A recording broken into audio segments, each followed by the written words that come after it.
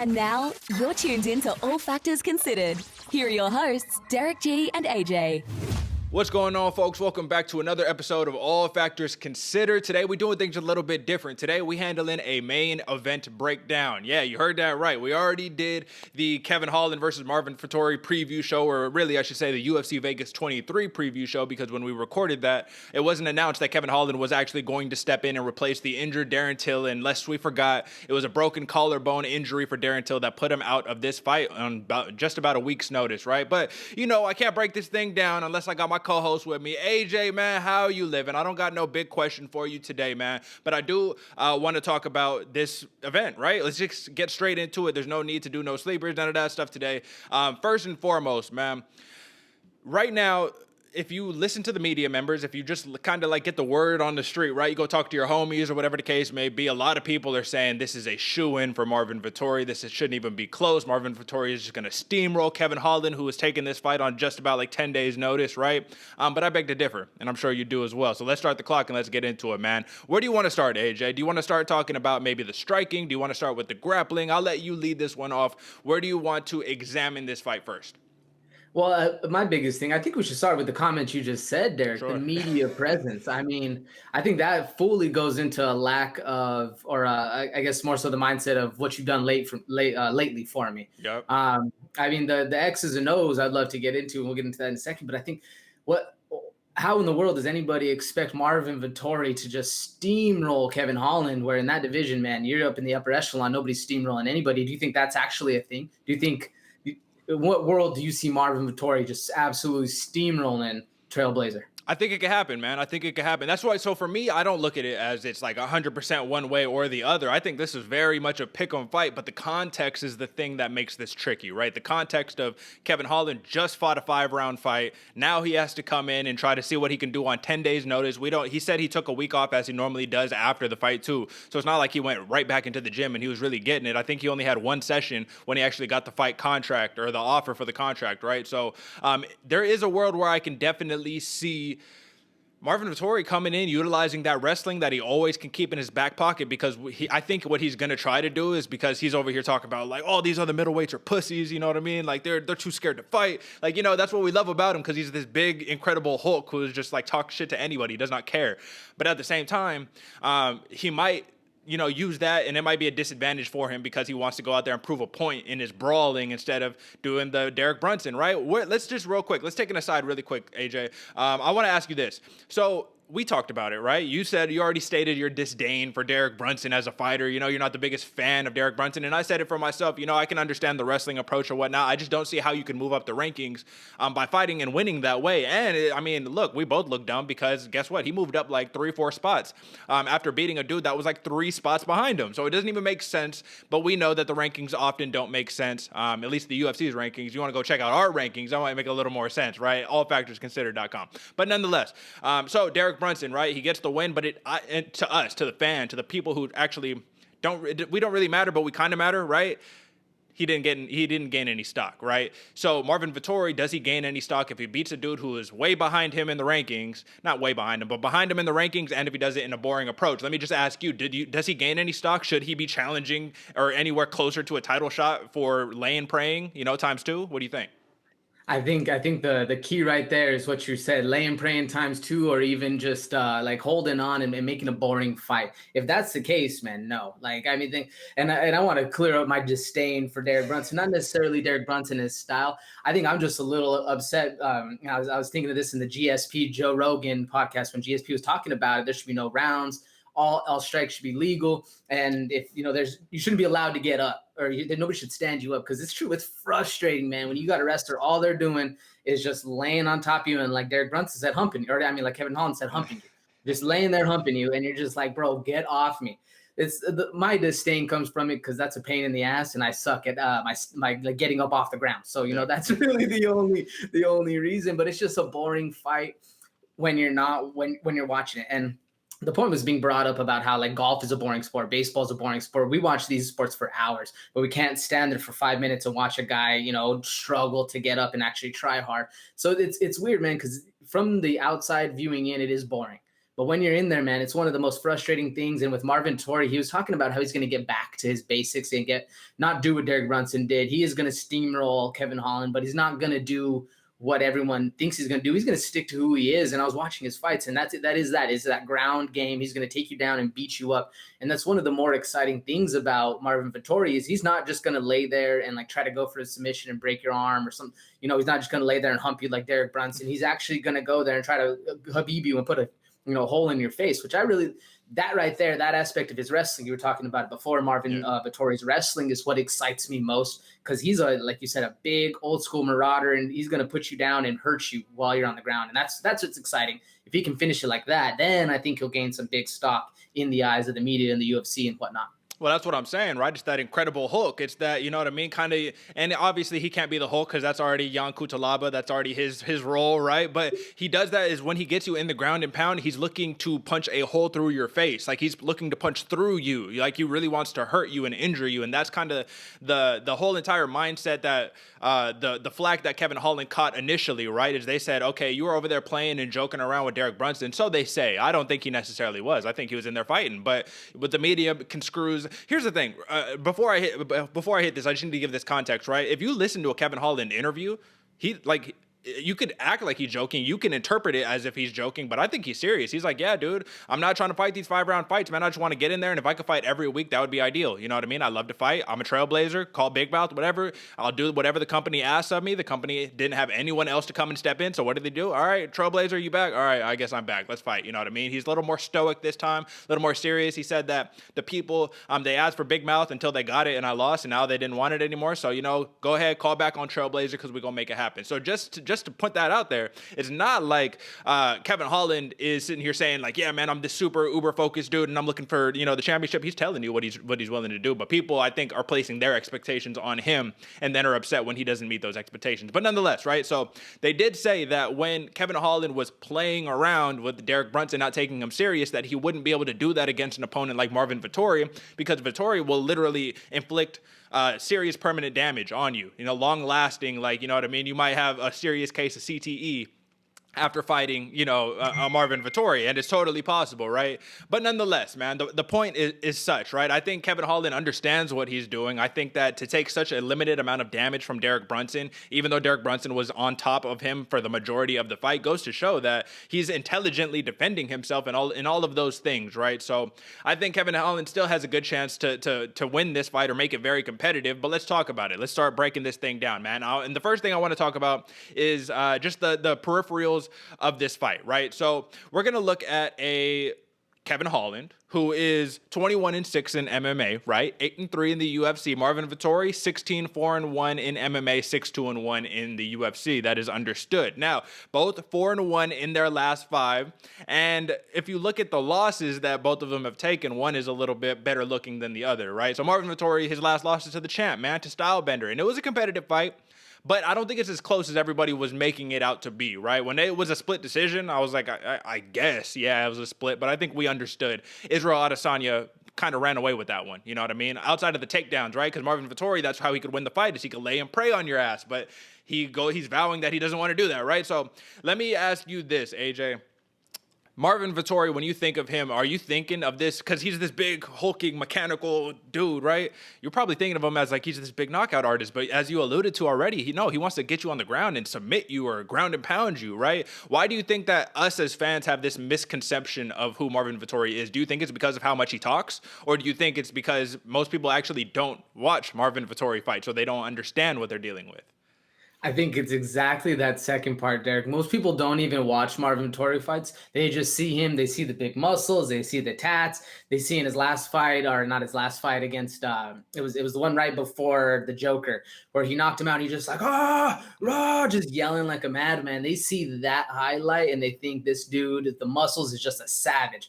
But you watch his fights and he's actually very calculated and very precise. And the growth of Marvin Vettori that I've seen from his last 3 fights after he lost Stylebender, he was a little flat-footed, kind of stiff, and wouldn't really extend all the way through his punches. Dan Hardy alluded to this a little bit. He'll like stop just a little short, but it comes from him having such a tight core and such big muscles that he doesn't have the flexibility to go all the way through. But lately, we've been seeing him get a little lighter, a little more lax, and a lot more fluid. And that's what makes a dangerous Marvin, especially when he starts fighting with that aggression and that heart that he has that we see where he's just shouting like a madman.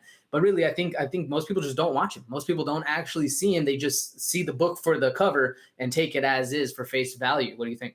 No, I completely agree with you, man. And ever since that he has changed his camp to fighting over at MMA Kings, or Kings MMA, excuse me. We're seeing that transformation. I'm not going to say it's the same exact thing, but a good metaphor or a good parallel to that would be Francis Ngannou, right?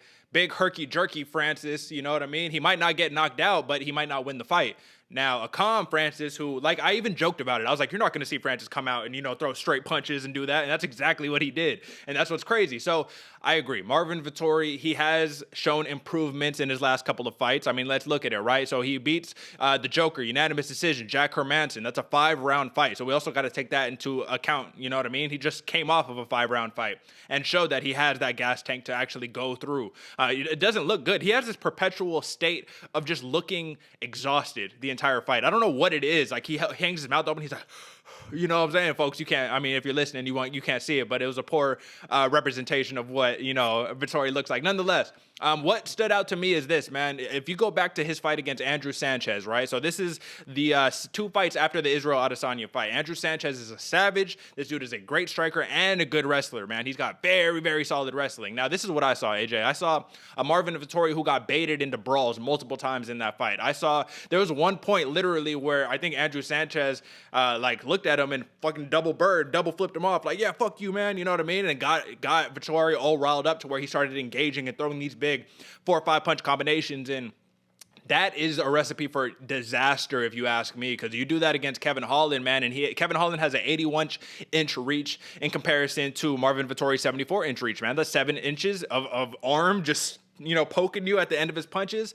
I think that Marvin Vettori can definitely, if this stays on the feet, I think he can get knocked out very easily while he's trying to close the distance, right? But let's talk about the parallel, right? Kevin Holland, what did we see against Derek Brunson? We saw him trying to play that sniper, but overextend himself on multiple occasions and not utilize that footwork. So it's interesting what you said about Dan Hardy, because I saw that as well, where, yeah, it's like Vettori striking is so mechanical, you know what I mean? And Israel Adesanya, who is basically the blueprint of how to beat Vettori, Kevin Holland is not that. We can agree on that, right? Kevin Holland is not switching southpaw orthodox, you know what I mean? Using great head movement and footwork. Kevin Holland, let me ask you this, just so I can, so I'm not just overwhelming this thing. Kevin Holland, man, give me a breakdown, just a layman's breakdown of how his striking is from your opinion in terms of your film study. I think the best way I can describe it is a sniper. Like that dude who's going to kind of get under your skin, draw you in a little bit, and like we saw in the Joaquin Buckley fight, just drop bombs. Mm-hmm. And one of the biggest thing I like about Kevin Holland is he's able to see things, process things, and attack things just like a sniper would. Sure. And really, I mean, he can hit you with kicks. He's very talented. He's a very well-rounded striker. But I think one of his biggest things is that straight down the pipe. He knows how to connect. He's very loose. Like you said, not really an Adesanya where he's fluid back and forth, switching stances. He's going to stay. I can't remember right now if he's orthodox or southpaw. Let me look into it. Holland is orthodox and Vettori is a southpaw. Yeah. So, that we have that classic, try to get the outside, stance with the feet and all that whole battle. But I think one of the biggest things, what I like about Kevin Holland is his patience, and he relaxes, sits. He does pull a little bit. He pulls the chin a little bit too much for my liking, because he'll start talking, hands down, he'll pull back. But when he does, he'll draw you in and crack you with that sniper coming back, man. To me, that's my favorite strike that he throws. So I'm totally with you in that assessment. I think that's a very fair assessment of Kevin Holland as a striker. I will also say it's not going to be an exact parallel, but it's kind of like a Max Holloway who is not looking to drop a bomb on you with every shot. Now, Vettori, I think he truly is trying to knock your head off with every shot. Kevin Holland is like, I can use that, hit you with the end. Use the, he said it. I'm gonna butcher it a little bit, but Kevin Holland said the left hand is like the rangefinder finder, the right hand is going to put you to sleep. You know what I mean? That's what we do. The right hand is the big bullet. He got the big bullet, the Mario bullet tattooed on his bicep because he says that's the one that's just putting people out, man. And it's like a 9mm or something. He said something goofy like that, right? But nonetheless, man, I just think that in terms of the striking, these are two different philosophies of striking, right? And one, like I said, Vettori, who is big herky-jerky, big shots, and that's where you get exposed because it's not like he's very technical and crisp and hand up when he's striking, right? And folks, I'm mimicking this for the folks listening, but Marvin Vettori, I think so would you agree with this assessment, AJ, that Marvin Vettori more or less has more bravado than what his skills actually account for? I would say that. Yeah. Especially because in his last 3 opponents, he's never really been in much danger. You know what I'm saying? He's never really been hurt. He's kind of been controlling the whole pace. Anytime he feels like he needs to, he'll take it to the ground. So I would say he's a little on a high horse. You know what I'm saying? He thinks a little bit much, especially because his last loss is to the champ. So, I mean, that carries a lot of weight. When the only dude to beat you in the last 4, is the champ, you hold a little bit of water to yourself. And I would say his bravado is definitely ringing high, especially to me. You were watching it in the pre-fight breakdown, the media day, where his mind is all thinking about thinking about all this, thinking about that. He's kind of scattered. He's not really focused in. And where I like what about Kevin Holland, he admitted what happened in the last fight where he went wrong, and he knows how to fix it, and he's kind of dialed in a little bit sniper-like I said. And that mind game, I think, is a little bit, we should talk a little bit about that too, because, man, Marvin Vettori, he can get angry, and he can get a little sidetracked. He can get a little double-sided about it. So that's the point that I was making earlier, right? You know, is that Marvin Vettori can be baited into these brawls. He can be baited into fighting a style that is not going to be the most conducive to how he can actually win the fight, right? And that's what stands out to me is because Kevin Holland, he's just said it in his pre-fight interview for UFC. He basically said that the work in terms of the mental on Marvin Vettori has already been done. He's like, I live in that dude's head rent-free. He didn't say that, but that's essentially a summary of the sentiment of what he was saying, right? And I think that he's just going to build on that. Obviously, he has to be careful, right? Because you can't do a bunch of talking because then it's, Big Mouth is back. I thought we were getting Trailblazer, right? So you can't do a bunch of talking, but at the same time, I think the talking will happen inside of the cage. And those little moments, like against Andrew Sanchez, when he flips him off and then Marvin Vettori sees red, right? When Cody Garbrandt gets tagged and then he sees red and then just tries to start, I think Marvin Vettori also has a little bit of an issue. And don't get me wrong, it's not an issue in terms of like being a bad quality as a fighter, but it's something you have to take into account where when you get tagged, you want to get one right back. You know what I mean? You can't just handle getting tagged and just being like, oh, okay, all right, good one. You know what I mean? And get back. He's like, he gets tagged. He's like, no, I got to give you one back, bro. You're not hitting me like that, right? So I guess that's the striking, right? Let's talk a little bit about the grappling because this is what I thought was interesting, AJ. If you look at their last, I'll even go like 8 opponents, right? Marvin Vettori hasn't, outside of Israel Adesanya, Marvin Vettori really hasn't fought anybody who is like Kevin Holland. Now, if we take the inverse of that and we say that, okay, well, Kevin Holland, Derek Brunson, Jacare Souza, Darren Stewart, Joaquin Buckley, I mean, they're all kind of in that Marvin Vettori, kind of frame, right? Is that a fair assessment or not? Oh yeah, 100%. I mean, there's more similarities in the hit list of Kevin Holland to Marvin Vettori than vice versa. You know what I'm saying? You can, if you mix up a couple of the opponents Kevin Holland's facing, especially done well against, you get a good Marvin Vettori. So let's talk about the grappling, though, right? Because, like I said, I think that's going to play into a factor totally. Because, I mean, Kevin Holland can say, all right, bro, we've done this before. Let's rock. You know what I mean? I know you knocked out Jacare. You know what I'm saying? You had a lot of success on the feet against Derek Brunson while he was able to keep the fight on the feet. But Derek Brunson's not the greatest striker in the world, so it doesn't mean much. But nonetheless, right? The last submission win for Kevin Holland was I actually don't know why they have it as a submission win for Charlie Ontiveros because that wasn't. That was like injury? That was just a technical KO, you know what I mean? So that's not a submission. But if we look at his last true submission win, it was against John Phillips in 2018. And let me tell you, if you know anything about John Phillips, you know the man is not a submission, a grappler. He's a striker, man. He's a Welsh striker. So that one doesn't really count. But you have to go all the way back to 2018 when he pulled off a triangle choke against, Tegan Dooley, right? And that was in Bellator, actually, believe it or not. That's when Kevin Holland was fighting in Bellator, right? So I think in terms of hearing Dan Hardy's or other media figures talking about, you can't underestimate Kevin Holland as a grappler because he's training BJJ under Travis Lutter, which is very impressive, right? But when you saw... What did you see when he was on his back against Derek Brunson? You didn't see him use his legs to try to, get into the full guard, reverse position, he didn't really do much, right? He didn't do much at all, and I don't know if that's the prowess of wrestling that Derek Brunson has, or Kevin Holland being okay with being taken down. It kind of looked like he was more so okay with just laying back and smacking the dude on the ears and Yeah. hope the ref is going to stand you guys up instead of putting the effort into actually standing up and making a reversal, hitting a switch, something like that. Bro, that is hilarious that you just said that. It's not, but it just rang a bell in my mind. He literally just said in that interview that I'm talking about, he was all like, well, if you watch the Darren Till versus Tyron Woodley fight, they stood that up on multiple occasions for inactivity. What happens when this dude Brunson is just humping me for, you know what I mean, all this time, but you don't want to stand it up because it's me? Like, oh, I don't know. And that also goes into account. I don't know who's reffing this fight actually, but that's something we should probably take into consideration, right? Now let's go a little bit deeper because we know that Marvin Vettori has the grappling advantage totally. Like we clearly understand that. And when we look at takedown average per 15 minutes, he averages 1.3 takedowns. So he's not really trying to always get the fight to the ground. Oftentimes, I've noticed that if he has success on the feet, he doesn't try to take it to the ground. What he'll do is he'll do these, like,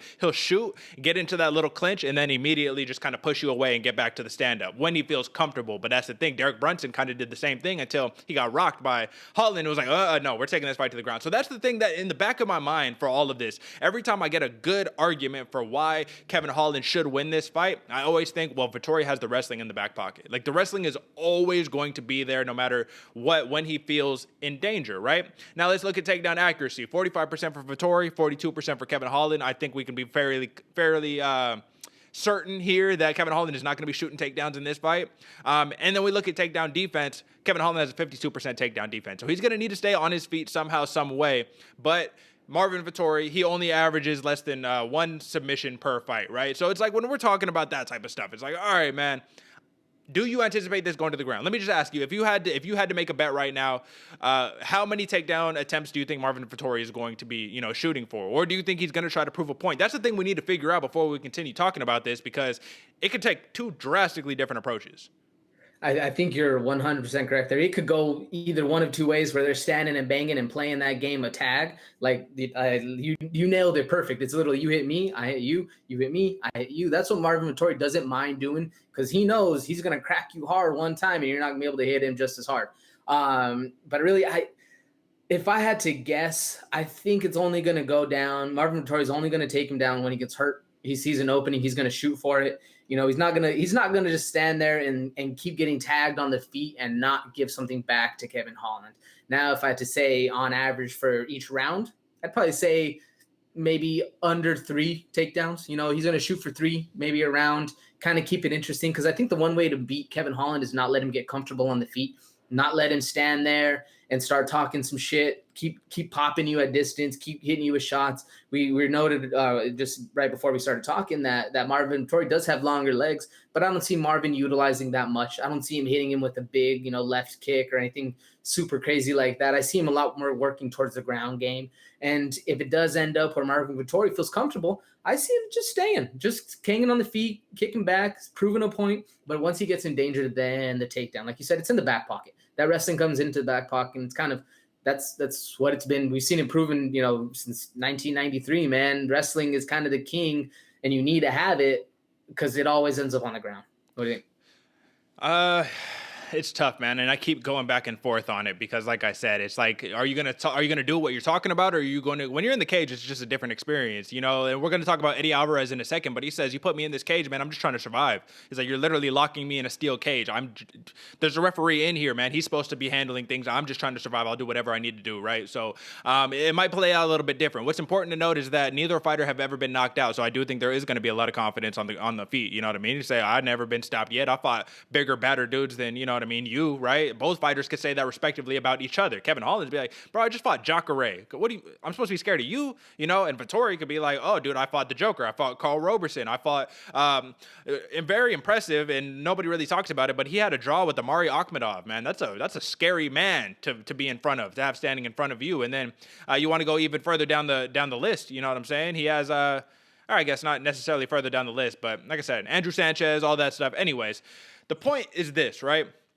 Neither fighter being knocked out doesn't mean that one fighter doesn't get hit substantially more than the other. Marvin Vettori gets hit a lot, man. He averages about, I think, absorbs three significant strikes per minute, right? And when you look at his fight against Hermansson, look at Vettori's face at the end of the fight, man. Like it was rough. Like this dude eats a lot of shots, and where we touched on it earlier, banking on how relaxed he's going to be. Because what's the one problem? Let me just ask you. I'm gonna give you a softball here, so I hope you get this one right, AJ. What is the problem with holding tension in the middle of a fight while you're striking? What's the problem with too much tension? Too much tension, man. Too much tension, you crack. You know, you're not able to flow with the shot. Yeah, that's when you go down, man. You're just sitting there, you're holding tight. It's the same thing. You're in a car crash. You know, you're knocked out. You get in a car crash. Your body's just full and loose. Nothing really happens. But man, you're tense and you're holding still. Boom, bones break. Exactly. That's what you're looking for. No, that's it right there. So it's like the bones break, right? You get hit on the button like that. You'll oftentimes hear, man, even Matt Serra talks about it. He was all like, if someone came and, you know what I mean, just try to sucker punch me on the street, I think I'd be okay because I know how to roll with the punch. You know what I mean? I know how to, like, you know, eat it and flow with it instead of just trying. The problem is a lot of fighters who are, and not even, you could be experienced and still deal with this because it's just the moment, right? You try to fight the punch. You know what I mean? So like you say, you get the punch and you try to just like, you know, and it snaps your neck, shuts your brain off. You know what I mean? So that's the thing. Marvin Vettori, he is the example, the definition of like a tense fighter. Like I said, he's mechanical. That's my big problem with his striking is just how rigid his movements are. It's not like a Israel Adesanya who is just flowing, moving like water, right? It's a big dude who puts a lot of oomph on every single thing, right? It's not a lot of relaxation. You know, the calf kick is probably the most relaxed thing that he throws just because he whips it out there real quick, right? But other than that, listen, we can keep going in circles about this, man, but let's talk about the ultimate intangible before we move on into a little bit of a recap of some one championship fights, man, a little bit of drama that happened there, man. The ultimate thing that it comes down to for me, in terms of me going back and forth, because I'll be honest with you, AJ, I keep going back and forth. When we talked about this on the preview show for UFC Vegas 23, I said, yeah, I'm going Vettori. But then I'm like, God, man, Holland could really win this fight, dude. What do you think needs to be the X factor let's do it for both fighters. First for Vettori, then for Holland. What is the X factor outside of wrestling, because that's too easy. Outside of the wrestling, what's the X factor for Marvin Vettori to win this fight convincingly? I think the X factor for Marvin Vettori is he needs to get back to his roots. You know what I'm saying? He's become a lot more fluid in the striking, a lot more bouncy, a lot more mobile, and which I really, really like. But what I'd like to see Marvin do is control the game, get it to the ground, and keep lighting him up. Literally do not let that pressure. One of the biggest things why I think the Hermansson fight went 5 rounds is because Marvin Vettori went for a submission.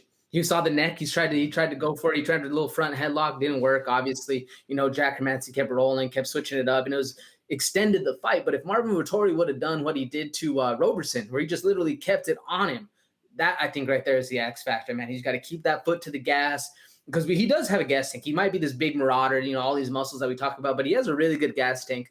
Let's see if it holds up against a gas tank like Kevin Holland's, which is pretty immense. But I think if Marvin Vettori can do exactly that, keep foot on the pressure, keep it going, keep it pushing, and keep hurting Kevin Holland, that'll be his X factor to win. What do you think?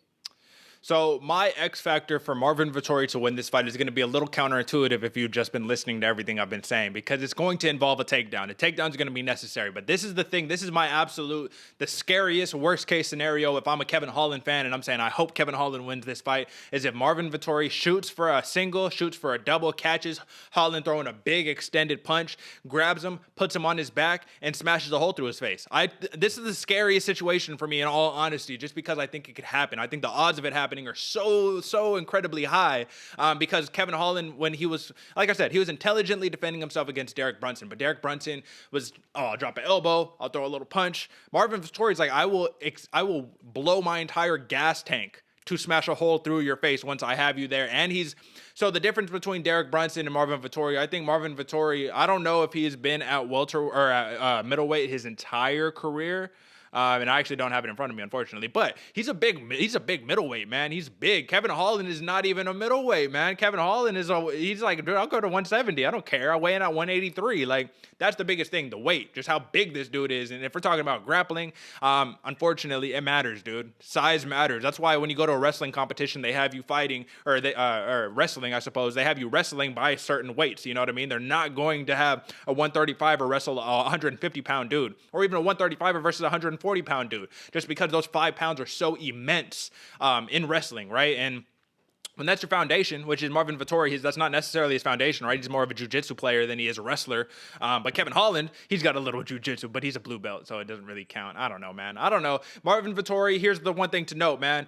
Marvin Vettori, before we move on to how Kevin Holland wins this fight, has actually discredited Kevin Holland's submission game, his grappling, incredibly. So if you're sleeping on his grappling, he might be able to pull something up his sleeve. He might have something there for you. Maybe he wasn't listening to Travis Lutter in his corner versus Brunson. He was too busy, chopping it up with Khabib. But maybe he might take a trick or two from Travis Lutter's book and make something happen. Now, let's talk about Kevin Holland. What is the X factor? What is your personal X factor for how Kevin Holland decisively defeats Marvin Vettori at UFC Vegas 23? Man, my X factor with Kevin Holland is mental, man. He has to go for the mentality of I'm in there to be killed or be killed. He said it a little bit in his press, his pre-fight presser. But I think him getting back into the mentality of, I'm gonna talk shit, but I'm gonna hurt you, bro. Like this is for real. We in here to bang, and I'm gonna hurt you bad. And instead of like where he was with Dick Brunson, where he was playing, he was having a lot of fun. Growth can come from having that fun. The GSP was talking about the Joe Rogan. When you're having fun in practice, that's the time to do that, man, and grow and experience new things, train people that are a little worse for you. But when you're locked in that cage, bro, it's time to get it. And like Eddie Alvarez was saying, man, I'm even here to survive. And I think if Kevin Holland can take that X factor, that mentality of, it's either kill or be killed. This is for real. I might, talk shit and have fun in the fight. But when Travis Lutter is talking to me, when my coaches are actually talking to me, I'm dialed in, focused, sniper mode, and then go out there and perform. I think that's the X factor I'm looking for, man. That mentality, because he has, in my opinion, Kevin Holland has all the skills needed to beat Marvin Vettori, and also needed to beat a lot of the high, 1 through 5 in the entire division, and a lot of other divisions too. I think he's very talented. It's just getting distracted and letting the media and the entertainment factor, because even though, they are prize fighters, it's still an entertainment business. And like you said, he's a company man, and the company's about making money. The company's also about entertainment. And I think him getting lost in all those factors led to what we saw with Brunson and him just wanting to get stood up instead of standing up. And I think if he takes that aspect of, I'm in control now, and I'm going to do my thing in here, make you hurt, instead of hoping someone's going to stand you up or looking for other outside influences, the Khabib thing and all that. I think that'll be, in other words, Derek, for a long-winded answer for that, I hope his mentality changes and he gets a little more dialed in. That would be the X factor for me. What's yours? Okay, so my X factor isn't actually, I liked it. I like your answer. Don't get me wrong, man. I do think focus is necessary, and I want to see focus, but I don't want to see a complete switch of the game plan, right? That's the last thing you ever want to see, is someone get out of like what got them there in the first place. And what got Kevin Holland here, whether you like it or not, he went on a 5-fight win streak talking shit, man, being relaxed in the cage and not taking himself too seriously. So what I want to see is the Kevin Holland that fought Joaquin Buckley. I want to see the Kevin Holland that fought Darren Stewart, right? Even though the Darren Stewart win was a split decision, what I saw was a little more intensity on his face, him getting hit and being like, okay, good man, you know what I'm saying? What's up? I'm going to hit you with this right hand, wipe your boogers, bro, knock Joaquin Buckley out. Like, I want to see that, because it's that dialed in that you're talking about, but also him being himself, right? And also him just saying like, man, I am the trailblazer. This is what I do. Win, lose, or draw. I'm talking shit. I'm sitting here and I'm going to get in your head during the fight. I'm going to make you fight in an uncharacteristic style because that's what I do, man. You know what I'm saying? And I think that he'll be able to leverage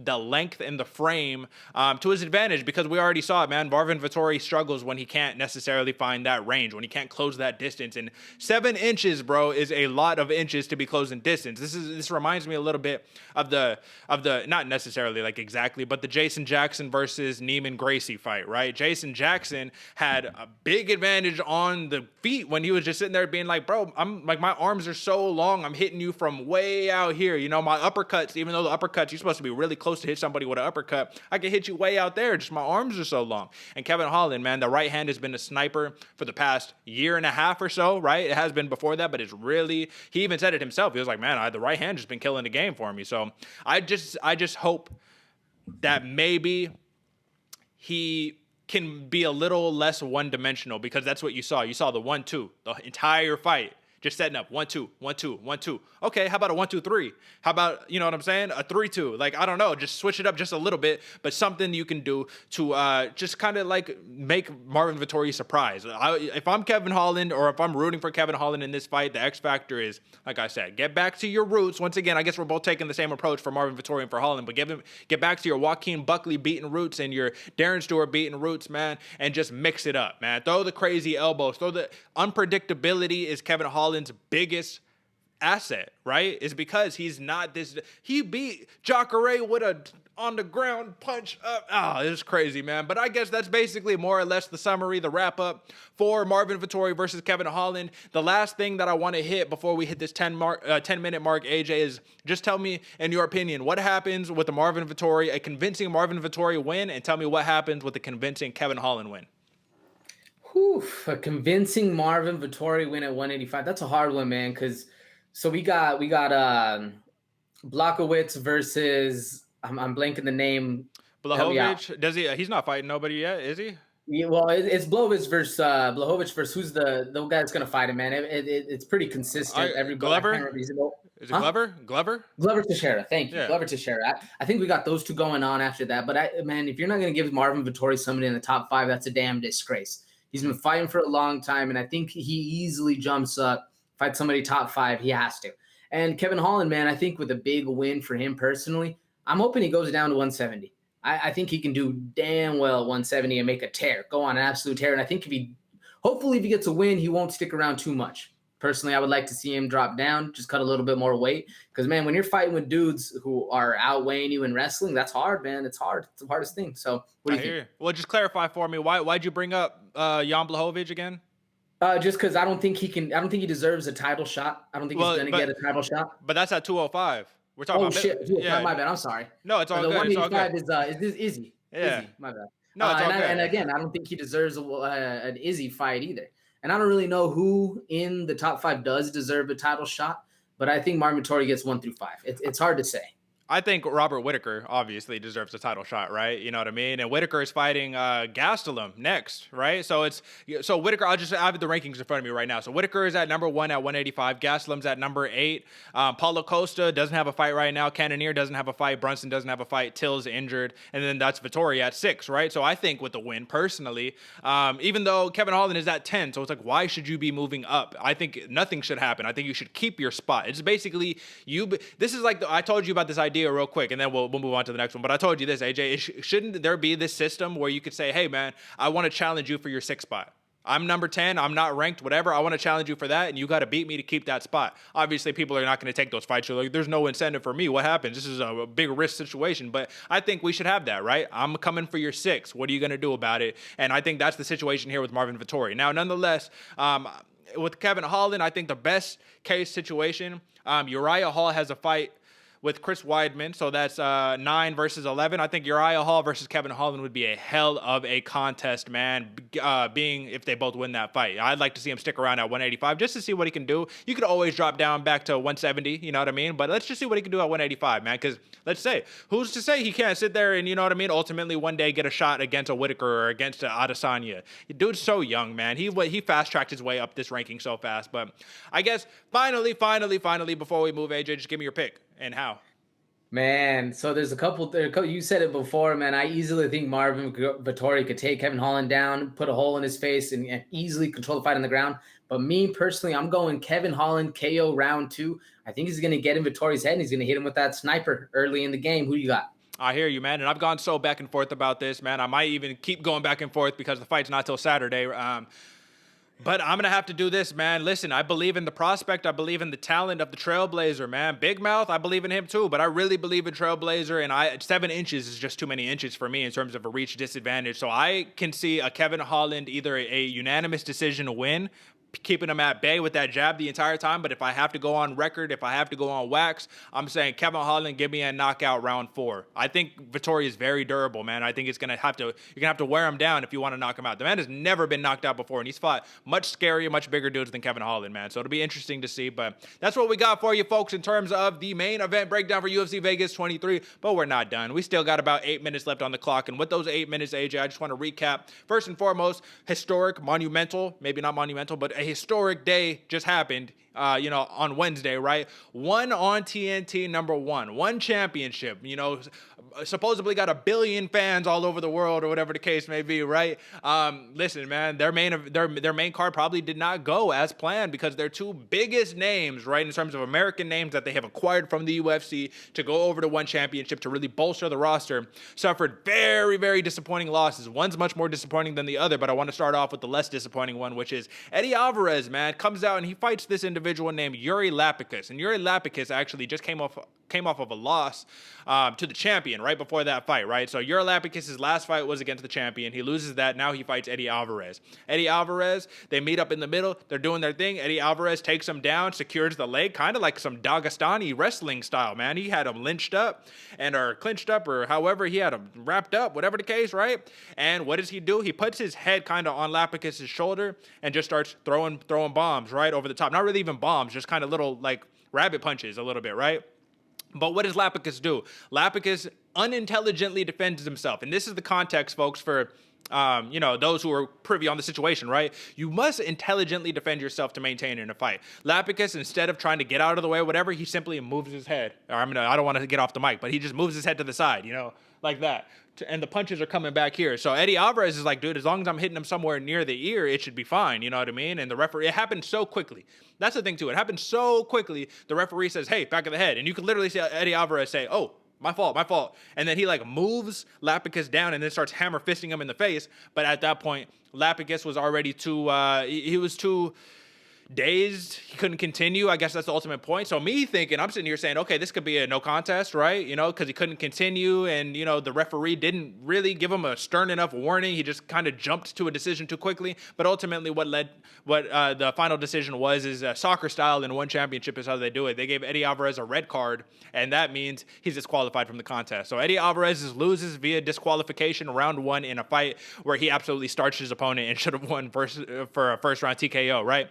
I just want to ask you your opinion on this really quickly, AJ, so to give me a brief little response on this one.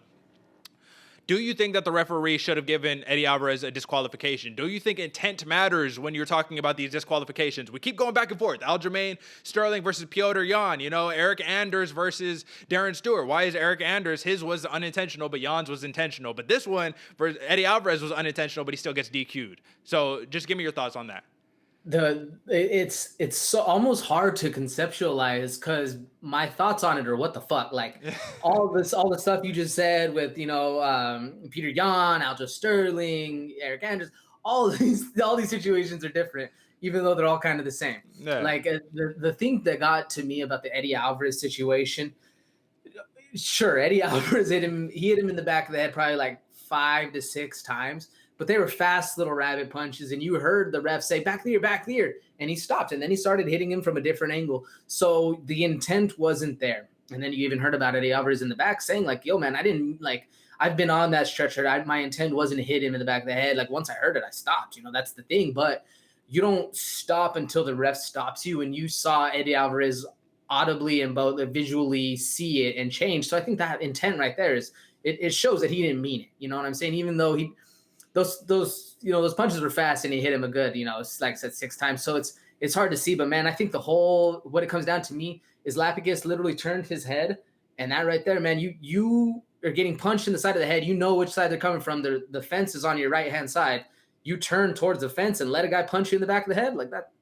Kind of your fault, man. I don't know. So that's the thing. I something I had to mention myself. I said, listen, in fighting, right? In the cage, in a ring, in boxing, in wrestling match, it does not matter. What is the cardinal rule number 1? You never turn your back on your opponent, ever. That is literally a signal of defeat. You just gave up. You said, I don't want to fight anymore. That's what that means. So you should be automatically TKO lost, you know what I mean, for not being able to continue. That's my opinion. And I think that's literally the rules of fights, whether it's a street fight, a boxing fight, Muay Thai. It does not matter. It's life, man. Just don't turn your back on your opponent. You're in there to fight, and that's what you signed up for. So listen, we only got 3 minutes to talk about this last one, but obviously clearly we're both appalled on this one. Now this one is going to even blow your socks off even more, man. Mighty Mouse, the great Demetrious Johnson, right? Arguably the greatest flyweight of all time in mixed martial arts, suffers a TKO loss in the second round against Adriano Moraes, man, who arguably, just boosted his stock beyond, even anything that's fathomable, man. This dude just shot through the moon. It's like somebody right now just beating Mayweather, knocking him out, and just being like, we'd be like, what? I can't even fathom. I can't comprehend what's going on right now.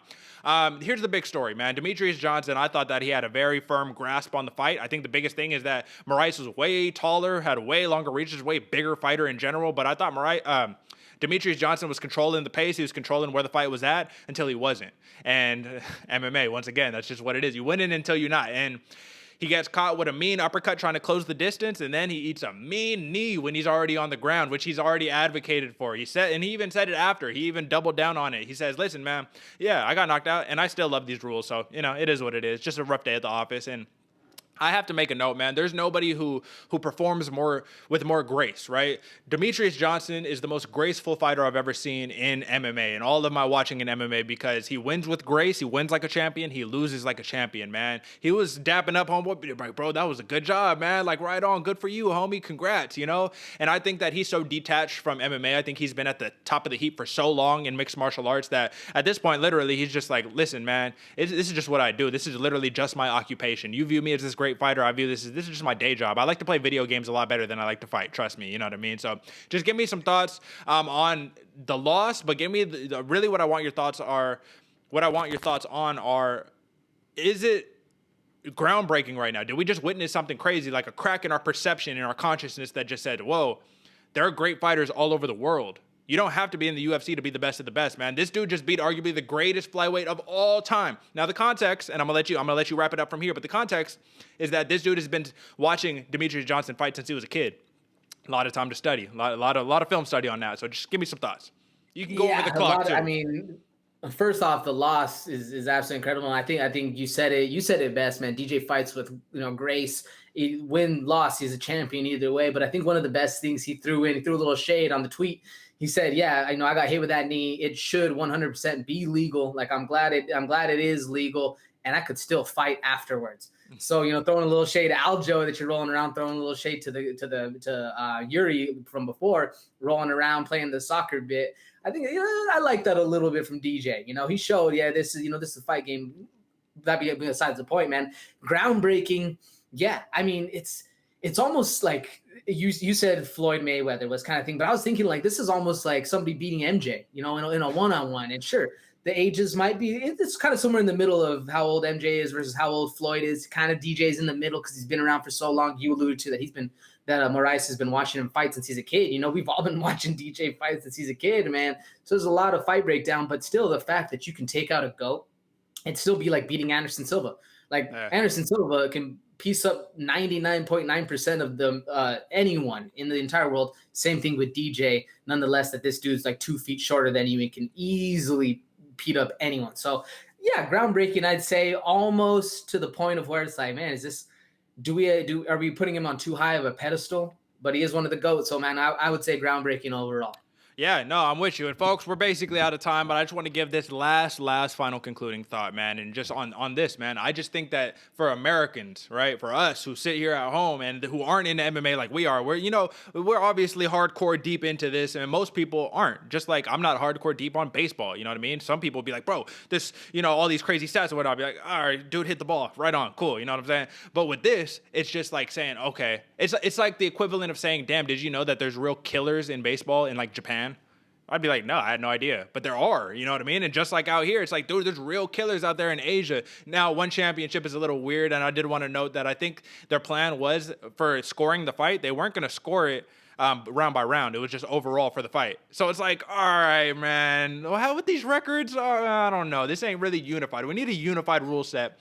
But obviously, man, this is also taken into account, right? Maybe the UFC should adopt some grounded knees, it was a Pitbull, Patricio Pitbull, right? He says, yeah, man, I like that. I like that they do the grounded knees. I also think we should allow soccer kicks. And I was like, oh, God, although we're going back Pride days, man. Maybe we should slow our roll on that. We still got to get the fans, the big populous people to come up and watch the fight, too. I think some people, it might be a little too brutal for them. But like I said, AJ, man, we're out of time. This has been a pleasure and honor breaking it down with you as always, folks. And, you know, at this point of the show, you know what I'm going to say. Drop a like, hit the little notification bell so you can be alerted and you can get access by subscribing to our channel to 3 MMA shows every single week. You know, we do a betting show on Wednesdays, we do a preview show on Fridays, and we do a post show recapping all the action on Mondays, folks. I do want to just give this little note, AJ, and I think that you could kind of go back and forth with me on this one, man. We've been seeing a lot of love on the channel recently, man. Some of these videos are really popping, man, and we really just been playing with the formula to see how we can provide this content and distribute it the best so they can get into everybody's little handheld computers that we got in our pockets,